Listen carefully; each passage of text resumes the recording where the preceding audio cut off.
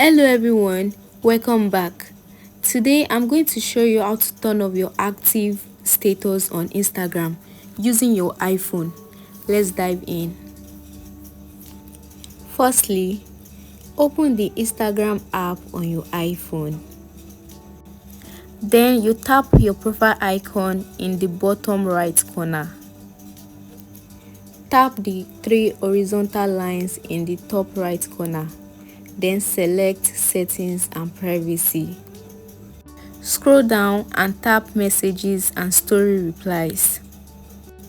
Then you toggle off the Show Activity Status option. And that's it. Your active status is now turned off on Instagram.